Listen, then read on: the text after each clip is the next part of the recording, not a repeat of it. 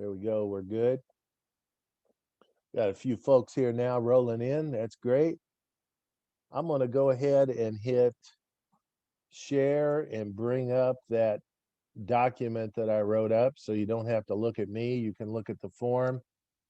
Anytime you want, post a question on chat, or I'll pause at certain times. You can ask questions. But let me go ahead and share my notes. There we go. Okay, for the CJ 100 class this week, you've been turning in interviews and trying to find people with careers in criminal justice. I've been reading some really interesting interviews, and I just have three quick reminders. If you haven't interviewed anyone yet, you probably have, but the CJ 270 class will be interviewing people in the next couple weeks, I think. But anyhow, will be doing interviews, and CJ 100 will be doing one more with someone who's had involvement with criminal justice. And I just wanted to show you that the best way to do these is, and I think most of you are doing this, have a short list, a flexible list of questions. And if somebody just jumps off and starts talking, that's good. You just let them go. If they're talking, giving details, and are kind of on topic anyway, you don't say, stop. Well, wait a minute. I have these actual questions I need to ask you that Professor Rhodes wants me to ask. Don't worry about that. Let them go. They might tell you a story, something you've never heard before. So, but have a short, flexible list so you can use that. I used that on my doctoral dissertation, and it was very helpful. Um, don't forget to ask prompts. A prompt is after they talk or after they think they answered a question, or they give you something real short about, a real short answer to a question. You might ask them, well, can you tell me more about that?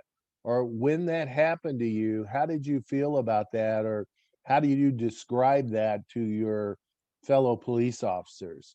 So you ask them to describe, you ask them to tell you more. You ask them to say, could you expand on that? Just say that. But the prompts that you ask are when you just sit there and stare at someone after you ask them a question. Well, what was a highlight of your career? And they say, I got an award. You just stop and wait, and then they'll elaborate because people don't like silences. So they're going to elaborate on that question. This is an actual tool for researchers and for oral historians and people getting information about reality that is very helpful on these short interviews when you're talking to someone. I wrote up on this little guide here something that happened to me a couple months ago. And it's this little short paragraph about I'm an old guy with arthritis. And I just want you to read through that because I do this when I'm out. It's not like I'm trying to get information for people to use in a book, but if I'm with somebody that's, I've met in the past, part of my work life, my career, something I'm interested in. If they want to talk anyway, I'm just going to ask them questions like I did this retired police officer.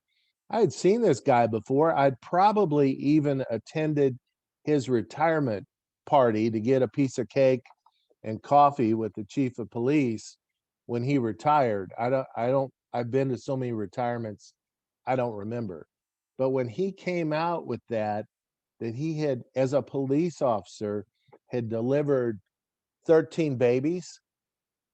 I mean, I was just astounded. When I asked him that question about, well, what was it like? You had a long career as a cop. What was that like? And what's something you really remember and the best things that happened while you were an officer? I didn't know what to expect. I figured it had something to do with policing. But the best part of his career was delivering babies. And so something like that could be a jumping off point if you're a researcher. Um, Pre 1990s policing looked different than it does today. And 20 years from now or 30 years from now, it's going to look different than it does now. And so what's the continuity and what did these people do? And so just kind of that's a little example and a little blurb of something that happened to me just as I moved through my life. And I thought was really interesting. uh, has nothing to do with criminal justice, right? But it did to those women and those babies and families that were born. This officer was there with a few skills and helped catch that baby when it was born and to keep things calm until, and I didn't ask him a whole lot of questions. Was there ambulance services then? I think it was real spotty in our area.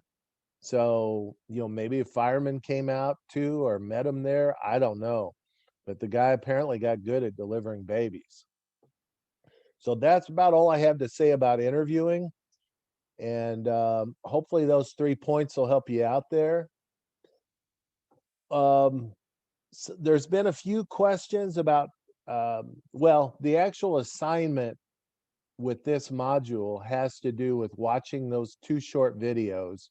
I think they're 7 minutes and 5 minutes long from Dr. Melissa Dennis at the library. And I just copied here a little bit of an email she wrote me a few days ago, making sure it was okay to use the videos. But apparently, your library is still fairly well closed down due to COVID. Um, but the librarians are still there. They're still offering assistance. If you go to the library homepage or the OneSearch page, which I have on this form, if you just copy it and bring it up, let's see if you can see this. Okay. If you bring up this form over on the right-hand side, which I can't see because your faces are there, there's a chat with librarians, and there's also uh, the phone numbers to how to reach the librarians. So this, you still have full access to the librarians and especially to Dr. Dennis, who has a specialty in criminal justice. And so if you get stuck on something, uh, when it comes time to write a paper and you need help other than writing lab services, use these librarians if you get stuck on any of the research. I don't think you will if you watch those videos. Hopefully everybody's seeing OneSearch like I am right here. Restorative justice programs.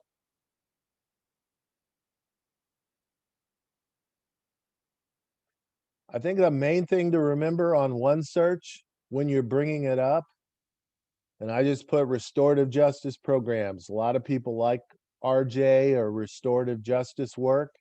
And so this is a real common search for your criminal justice classes. But make sure you're clicking on the left-hand side, full text online, peer-reviewed, and journal articles. So you don't get trade publication articles, newspapers, conferences, stuff that's really hard to cite. Make sure you're getting full text, peer-reviewed, and journal articles. And then as I just look down, I'm looking at all of these are articles on all kinds of programs that exist. And so if you're lost trying to come up with a grant, but you want to write it on restorative justice, you can use search cues like this to read what's actually happening out there. What programs, here's domestic violence programs. if I put in the word youth, here's a in prison restorative justice program. So there's a little bit of everything. I think on those videos, it she hits this real clear, but let's do it one more time. So you don't have to get exact on writing a citation on these articles. You can hit this citation little, it looks like a little quote mark, cite this item, and then you can just block text it, and here you have the citation. Okay, you can, let's see, APA, right here. Here's the format for American Psychological Association. Some of you have probably used MLA, that's fine too, but you can just copy and paste that right into your paper, and I can look at that and pull it up very quickly to read the article too. Because a lot of times I am reading the articles you guys are bringing up. And so this is just a little bit in support of what you're doing with the librarian on those videos she wanted to do. Usually I have her live on this one with me, but she wanted to do it like this for some reason. Something about her Zoom not working real good from home. But definitely use them. Give them a call. And if it's not for my class, do it for some other class, but call that library and make them work for a living, please. Both of my classes, I give these first two, and I have for years, these first two websites. Hopefully you can see these, the Marshall Project and police1.com. And in years past, I've even interviewed those people online in my live classes, journalists from these two sites and one editor from Police One, because I think it's really good to compare these two different types of gathering information about this field.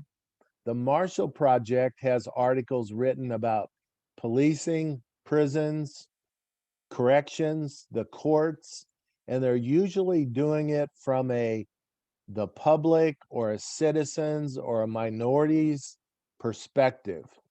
So you read those articles, you're hearing those journalists from out in the field talking to people and getting information about what's really happening in the world, about what's going on in prisons this month. And so it's a very good website. If you're going to be in criminal justice, you should be getting their newsletters. If not, just remember to pull them up and get information while you're in these classes. But Police One is more for the officer's perspective. There's lots of training, there's lots of tips. If there's something really big going on in the field, this is talking to the officers about what's happening around the country from their perspective, from the law enforcement perspective. And so I think comparing these two things and seeing two different worlds and how they fit together are these are really good websites to go to hit things that are happening very on real time. This is not textbooks, and this is not Randy Rhodes talking about some old thing that happened 25 years ago. This is real time stuff on these two websites. So they're really good. I wanted to list two more here for you. This one is Ozzy or Ozzy, Ozzy.com. And for my CJ 270 class, this website, especially right now, has some really good information about programs, projects that are going on for kids, students, youth, very frontline activities that are happening. And I posted one that I really liked because one of my research areas was alternative schools. So this idea of an all-black boarding school in Oklahoma within the middle of a tribal area or reservation, I thought was just cool as it could be. And so something like that could be, you could write some things along with your grant projects. Of course, $50,000 doesn't create a boarding school, but it could create some program within a project like this. So you could pretend you're in that boarding school. What could you do with those kids for $50,000? So you could write it as if you were at that boarding school. I imagine that director would even write you back if you just said you were part of a class at Ole Miss, you were simulating a grant project and wanted to know what they could use at that boarding school. And I bet she'd write you right back. Well, as a matter of fact, we're looking for funding to start a coding class for these kids, to teach them coding, to give, or a welding class for the boys, to look at more vocational things rather than just book learning, to look at vocational projects so they can come out and jump right into a career. So that's just an example of why I put Ozzy.com on there. That's another newsletter I get. I really like it. Brings up a lot of good information for me on what's going on in the not-for-profit world and in the world of programming that has nothing to do with government. That has to do with real people. The other website I wanted to bring up that I thought was good for all of you that are college students, and everybody is, you're all paying your money down, is communitychronicle.com. Now, I think I pulled it up here. Let me see if I can find it. Boy, this is in the way. I want this. Okay. This is a free section of the Chronicle of Higher Education, which you are all putting your money down for in right now. So understanding from a student perspective what's going on in colleges all over the United States, I think is a really good thing. This used to cost me, it was about 107, or my department, $175 a year to get the full version for professors. But this is the public version, and it also has some really good articles in it. I don't get the subscription anymore. I get this thing, but this article this week or last week, Dead Man Teaching, I thought was really interesting. That this university, this college student right here, thought he was in an online class about art history, really liked the professor and wanted to contact him live.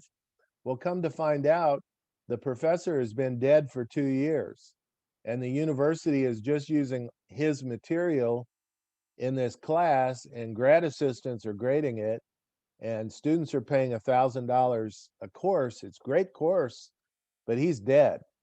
And so something I didn't know they were doing in online classes.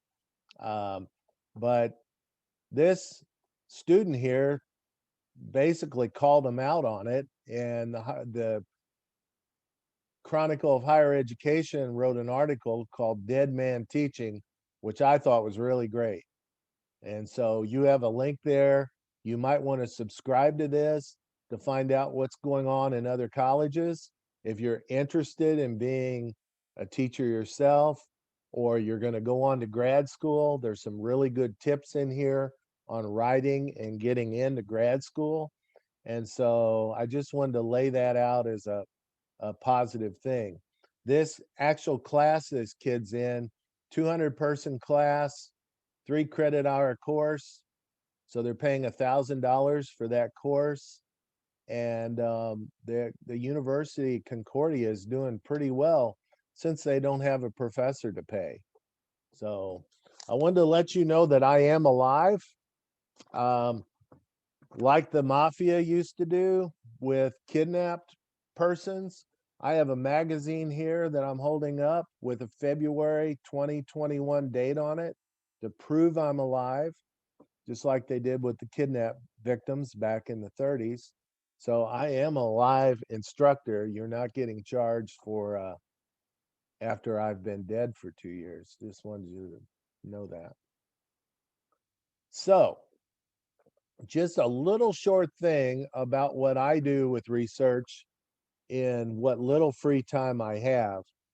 And it has to do with criminal justice as a whole, and it has to do with juvenile justice. Is I've been working with our local archives, and as soon as the COVID adventure is over, I'm going to Concordia, Kansas to look at an archive of oral histories from children who were on the orphan train experience back in the 1930s.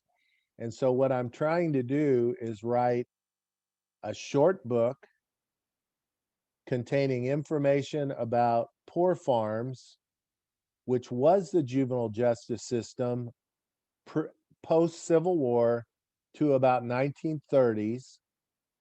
Also include information about the orphan trains, which was also part of juvenile justice, and then include stories from my 30 years of being involved in juvenile justice here in Missouri. So I have stories, things that have happened. And my reason to write this is not to sell it to college students and use it as a teaching book, but to use it for my relatives in the future if they are doing ancestry work like I do, which I go through different findagrave.com, ancestry.com to find out about my past, who my people were. And I have found several individuals, not too much in the past, like turn of the century, 1900s, 1910, that were attorneys, doctors, blacksmiths in Missouri, just different people, but you don't have any facts about their life and what they did. And so my goal here is to write something that maybe an ancestor of mine will read in about 100 years, and they'll get a little picture of what a juvenile officer did as a career, which is what I've mostly been. I've done a few other things in my life, but I've mostly, when I was a young man with very young kids, my wife was still having children and developing her career all the way up to now, where here I sit with you guys. So I've got about 350 pages in, and I'm looking at, I want you to just take a second wherever you're from and pull up your county with the words poor farm. So if you're from Mississippi, I got it right here. If you're from Mississippi and pull up, let's say Clark County, Mississippi, poor farm, you're going to find information that looks like this. And this is where kids went after the Civil War until about 1930s. They went to the county poor farm. There was no detention center, or they went to the local county jail if they did something that was considered a felony. The kids just not minding their parents, found wandering the county, breaking into houses, barns, stores, whatever, would go to the county poor farm. And so if you look that up, you'll get an idea of what the conditions were in your county poor farm, wherever you come from or wherever you're at right now. And you'll see just how bad it is. And I'm working on that continuum between poor farm, the orphan trains or the reform schools, and the current juvenile justice system. So I'm just writing a kind of small book, brief book on this was the past, but it's not too distant past. So that's just a little bit about the research that I'm working on. And I listed a couple sites there and brief information about it, just in case you're interested. This Minnesota Public Radio has information about poor farms in Mississippi. Um, my actual data work is going through the county archives, trying to find the burials at our county park that were just, people were just shoved in a hole, kids included, maybe over 800 unmarked graves just within 3 miles of my house here. And I think about 250 of those were children. And so my goal is to get those people identified, the stories about their lives kind of pulled together and put on ancestry.com or find a grave. So that's my research. Um, it all has to do with juvenile justice, because when I read these stories, I'm thinking, damn, that kid did something that in my world, they might have spent a night in detention, but instead they were sent to the poor farm. 2 days later, I have a death certificate, died of pneumonia, died of frostbite, both legs, horribly frostbit. They died at the poor farm. And it's like, this wasn't that long ago. We're talking 1860s to in Texas, 1960. So in Cape Girardeau County, where I am now, it was 1950. And so I'm just looking at this not too far past information to try to find stories on these people. So it's just a little bit about what I do in my spare time, we'll call it. So I will occasionally throw out books. And if you're, especially if you're from Texas, I have a few people in the class from Texas. I have a book I keep with me all the time now, and it's a very small volume, and it's by an author called Robert Caro. And Robert was a journalist and had a short journalist career in New York City, and somehow got interested in LBJ, Lyndon Baines Johnson. And he spent the last 40 years writing and researching LBJ's career through the House, the Senate, and then as president. And the main word in this book, and it's the main thing when you're doing research and when you're working in almost any career, and I find it now, today I'm reading a document for my juvenile officer that replaced me, who's thinking about doing a grant to pay for guardian ad litem attorneys. And I'm reading every word of this 50-page grant proposal, because I remember what Robert Caro says is turn every page. You never know where the gems are. You never know where the jewels are in the research that you're doing. And so slow down, take time to turn every page as you're doing this work. And I want to let you know that as you take my class this semester, if you're turning every page, if you might be a little slow getting an assignment in, but you do this bang up job on an assignment, you don't have to send me an email apologizing for being a little bit late. I want you to do the work, turn all the pages, ask all the questions, get it done right. And the due dates to me are real flexible. And so the only final due date that matters is at the very end of the class, when Ole Miss turns off my Blackboard access and I have to grade everything. And so try to get things done, especially the discussion comments during the class periods, because that's when the students are active on those discussions.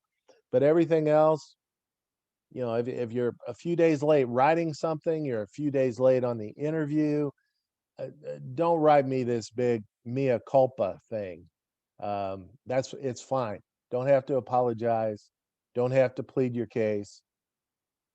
Do your work, turn the pages, try to read and try to write so we all can understand it. As you write something, don't forget the edit part. I had two editors as a juvenile officer in my office, one who was very good on the grammar skills. And so if I was writing a letter to the judge or a congressman or something up to my state office, I would usually give it to him to do the final check on my grammar. I had another officer who was the one to pull out all of my bullshit. Did I really say that? Yeah, I did. Um, she was the one, Pat Colin, my chief deputy, was the one to say, Randy, you want to knock this paragraph out. You're waxing too poetic here, or don't do that. Don't bring that up. So she would catch me on stuff I would write to these people and say, you don't need to go there. Knock that out, or that sentence don't make sense at all. And so Pat would help me out with that. And so find your editors. They don't have to know anything about your field, but have somebody look at something. If they're not there with you, then read it out loud, because a lot of the stuff we write doesn't make sense. And so read something out loud to see that it at least makes a little sense before you hit submit and send it for all of our classes to read. And I think it'll help you out a lot. Okay. So that 6:30. So that, come here, doggy. Are you taking a nap? You're taking a nap? Okay. That's good. Hopefully none of these students are taking a nap. All right. That's about all I had from my actual write-ups. And any questions that you might have. Hopefully this was a little bit helpful. Can anybody say amen if it was? Amen. All right. I'm waiting for some questions. You can ask me anything.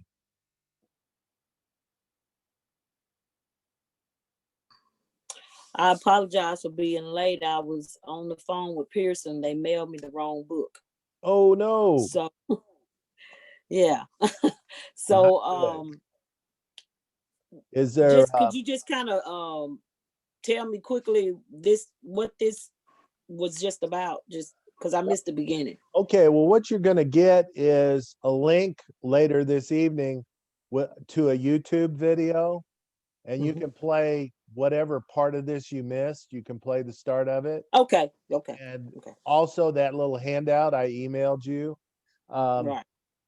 Those, by the way, those, if you're new to Blackboard, when I email you, like, hey, there's a live class coming up this week, that'll show up on the announcements in Blackboard. So you can look at them both places, because I know sometimes an email could get shuttled to another box or you not see it.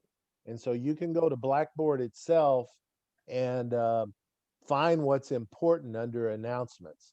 I'll make sure I do it as an announcement so everybody gets it at the same time. Now I'll send you stuff individually if you disappear from the class. Like if I hadn't seen an assignment from you for a couple weeks, that probation officer side of me will come out, and I'll be knocking on your door saying, hey, well, where you at? What's going on? What's up? I haven't heard from you. Now I don't call you because I just don't feel like that's right, but I'll send you an email saying, hey, start showing up a little bit. Okay. So that's usually helpful. Anybody else? Any other questions? I have one question. For the grant proposal, what do we actually need to start on? Like, I would just right now, each of the sections in CJ 270, each of the assignments is a building block for the grant proposal. And so what you're working on right now, the theory idea, the theory statement on either treatment, classical criminal justice, or restorative justice, getting that theory idea in your mind, what that is in the problem statement of your grant proposal. And then next week, CJ 100 right now is working on statistics from a given area. So what is happening in Jackson County, Mississippi for the last couple years, how many kids were removed from homes, how many juvenile referrals did they have, how many kids dropped out of school, what's the level of poverty. All of those things are important to focus in a problem statement. And so you'll have that assignment next week. And that is, again, the problem statement, which is part of your grant. And so as you go through the class, you just relax, do these assignments. And here in about 4 or 5 weeks, you're going to see that each one of these is a building block for your grant. And so there's nothing really to do yet. Okay. Oh, okay. I mean, um, so my major is criminal justice, but my emphasis is more on Homeland Security. So I wasn't exactly sure if like I had to actually start a grant proposal or like, you know, um I didn't know if I was supposed to actually, have a grant proposal, but hearing from what you're saying is uh this class and CJ 100 would be like just basically building upon what a grant proposal is. Yeah. I let's just say you have an interest, or you see in your community where you live, you see very few services for at-risk youth who are missing a lot of school, who aren't being identified as even attending school in the Hispanic or Latina population. So, and I did this a few years back. I saw that in my community. I saw my officers going out, they'd knock on a door, they'd be told by school that this kid didn't show up the last 2 weeks of school. They'd go and try to find them, and then they'd be told by parents, well, they had to help us out, or we had to move them back to family in Texas. And our communication levels were not very good in our office with these families. And so I wrote a grant to hire a young lady who was from Honduras, and she was my connection. She immediately started identifying these families, helping them with information, helping them translate when they were working on ex parte orders, having to go to court, uh, just having to do a whole lot of things. And through that, we were able to get those kids identified in a summer program and get them connected with the school system a little better. And so that's an example of a grant. So at $50,000, with your interest in Homeland Security, you could write a grant for that kind of community activist position that helps unite the schools and the juvenile courts. That's just a quick example. I had a great time. That lady worked for me for, I think it was about 8 years. And Anna did a fantastic job and ended up moving to Kansas, doing kind of the same job. But we had a great time. We identified a lot of people and helped a lot of families get their kids into school and get some, things they wanted to do anyway, but they were just struggling getting started. So that's an example of a grant. You go with a problem statement, you have goals and objectives, and then you write your narrative. And I'll give you plenty of examples, and all you do is read those examples, and then put your own personality into it. And I've had grants. Well, I've sent you my curriculum, my Vita, which has a listing of all my grants for 30 years. But you can take pretty much whatever you're interested in, whatever you do, and write some grant having to do with kids and at-risk youth. My son-in-law, I guess he's on about, he might be up to 12 years now on this grant, but he does an after-school fishing club. After high school, he ended up in Colorado as a trout fishing guide. And he did that for a lot of years. And then he decided to be a teacher went to college, met my daughter, got married, and fishing went out the window. Started having kids, and that was the end of the fishing life, you know. But we got to talking about it, and it's like, man, you can write a grant and do something. You can do an after school fishing club. And so I've posted on my modules and information about some of the conservation officers that help him with his after school fishing club. And taking those kids after school, they hike to a little pond, they tie flies, they tie spinners. Boys and girls love to fish with the conservation agents, with my son-in-law, with a couple assistant principals. And it's just a way to build that attachment with the community.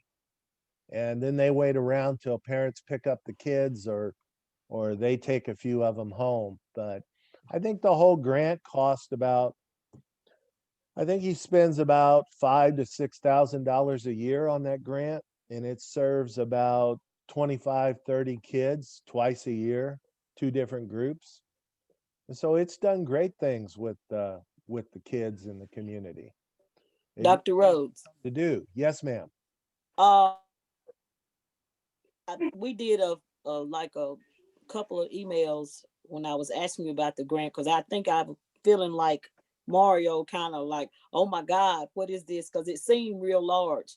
But I wanted to know, and you gave me an idea, you know, about using a facility that already exists Right. to save. So what if I wanted to do a grant proposal of like after school tutoring? Yeah. I could do that. Oh, yeah. Yeah. Okay. And see, after our local after school tutoring grants that we've had here, we've run them in libraries. We've had them at the university library in town. We've had them at community centers. We've had them at the local YMCA. Um, you know, the grants hire a couple staff, usually school teachers looking for work after school, you know, after school money. And so Mhm. they're getting paid 15, 20, $25 an hour to meet with these kids and do after school tutoring. And you just, you know, you have a program person connection, and they sell it to the local schools. They have a few forms, and you gather up the kids and do the tutoring. Okay. You write the We narration. have So it's easy. we have a certain about, I mean, several teachers, educators already within our church. Hmm. And I mean, I know we're doing this for class, but it's the idea that another educator and myself was already discussing Yeah. to help children, because they're online and they're having a hard time, you know. Well, I've had several people out of my class take their grants and propose it in the community and actually make them happen. Okay. And so, since you're in my class, after the class is over next year, you want some help, I would gladly help you Okay. free of charge. Meet with the people, go through. I've done Zoom meetings, and I've also looked at different grant applications for different staff, different states, to Oh, help yeah. you tailor into something that will work. So I've done that before. That's no problem. Thank you.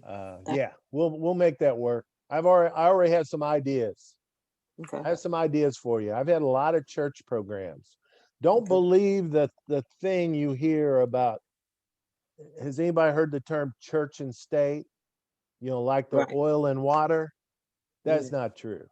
Mm. I've had many grants and many operations with pastors that have worked very well with Right. working with at-risk youth, working with kids in community service, working with tutoring programs, being a spot for family therapy. I've done a lot of partnerships with church people. Okay. I've also had a lot of church people deny to help us out, you know, that'll say, you know, come in and dance around, say, you've been doing this to my kid, whatever. It's like, well, hey, why don't you help us? Why don't you help supervise this kid? Right. So I've had a lot of contention with church people too, but I've had a Right. lot of partnerships, So that's a good grant idea. I'm not working full time. This is it for me. This is my only thing. These 2 online classes, the only thing I'm doing other than my research, um, playing ping pong with my grandkids. This spring, I'll be fishing the creeks with my dog, uh, things like that. But I'll have my phone on me. I can get emails from you guys. No question is dumb.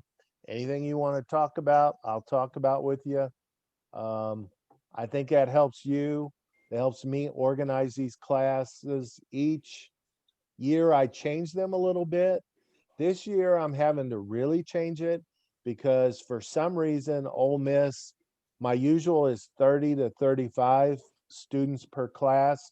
I have over 60 in each class this semester. And so I don't know what happened. They didn't even tell me. They just like loaded me up. And so I'm still committed to make sure I talk to each and every one of you individually as you need help. But it's going to be a little different with 60. So I think I'm going to make a couple changes in the syllabus, so I don't get caught grading gigantic assignments.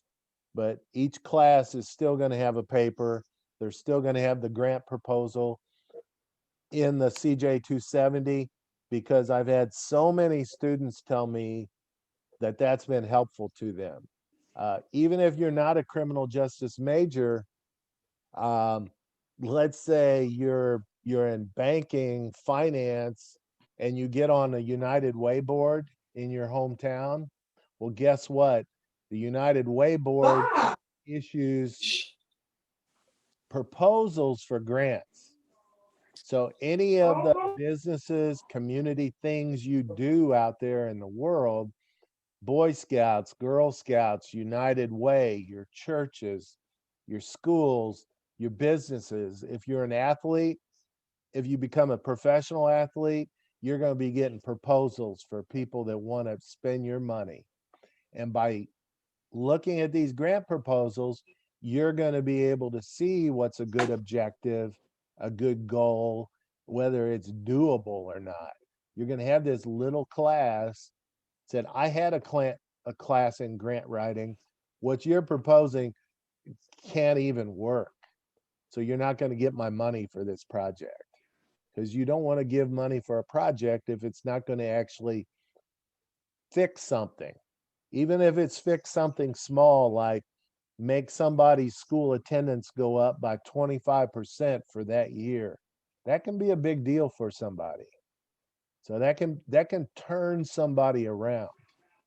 So just, we're going to keep assignments rolling, but for some reason, I've been doubled up this semester. So we'll see how this goes. I quietly decided to take it and not complain, not to say anything to my chairperson.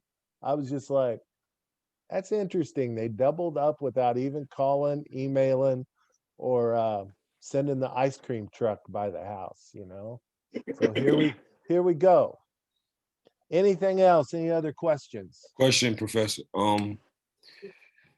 So this assignment two, are we like, is this still due Friday? I mean, on the 7th, The assignment for what? 270. For what is the assignment for this? For the It's like watch the the 2 two videos. videos? Yes, sir. Yeah. Yeah, just do it by Sunday. Watch Okay. the 2 videos. There's like 4 questions there. Just rattle them off on those assignment pages. I'll mark them done, good, approved, whatever. Yeah, because these videos are coming up blank on my screen for some reason. So I don't know why that is. I've had 1 or 2 people say that. Maybe if you have a Mac or an Apple computer, that might happen. But yeah, that's exactly what I have. is that what you have? Okay. Well, that's an MP4 or that's a video that, wow. I think you might call Oscar Help Desk and Mhm. find out what they suggest. Okay. You might be able to right click on that and open it in another application, but those guys are really helpful and possibly can get you through on that. Yeah, I'll probably just go over to the FedEx and go and ask them Okay. over there. Well, if you get really stuck, I could probably move those to YouTube, but Sounds the good. couple students I've helped with the Apple computers have moved them around and figured it out. So it Okay. should work. But again, if you get real stuck and you don't actually get to it till Monday, again, those due dates to me are pretty flexible, so we'll be cool with that. All right, appreciate you. All right. Anybody else have anything? Dr. Rose, Sandra Harper, hey.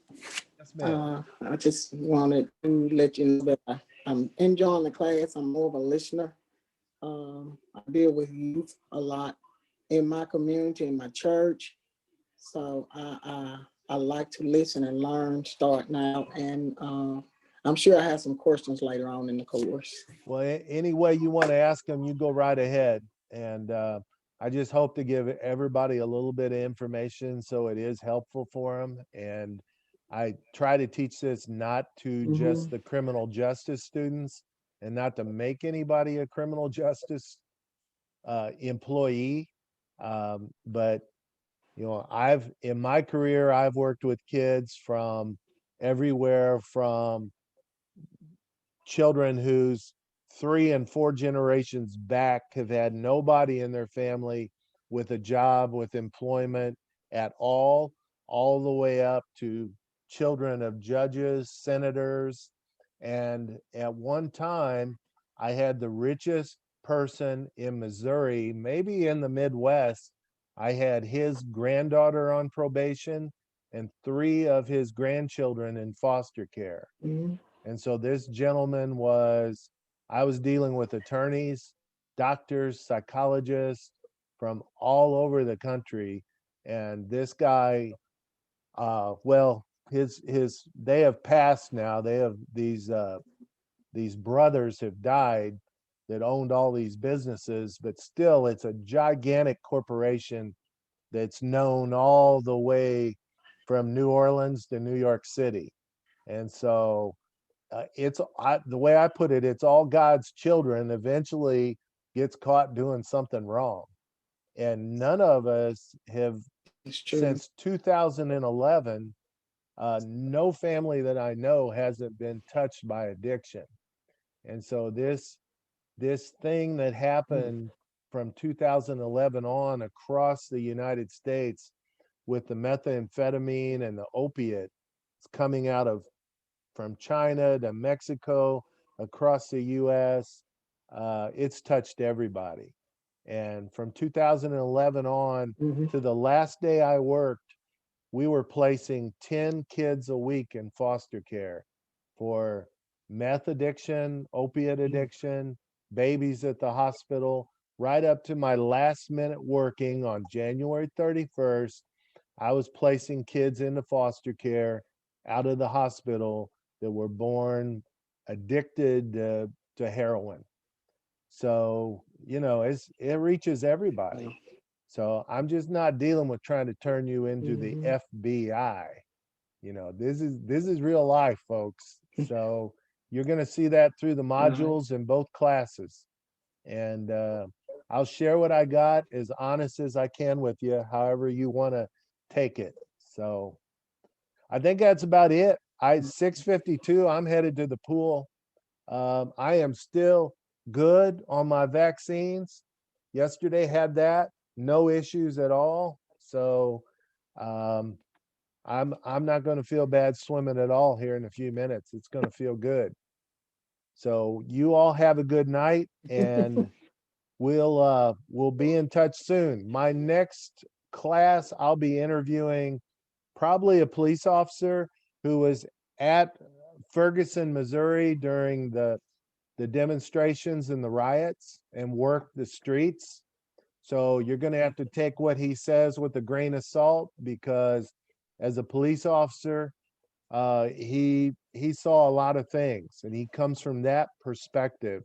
But you're going to get stories from Ferguson, Missouri, live on your screen next time we meet live. Okay. All right, guys. Have a good night. Mhm. Thank you. Thank you. Good night. Good night. Thank you. Thank you. Good night, everybody.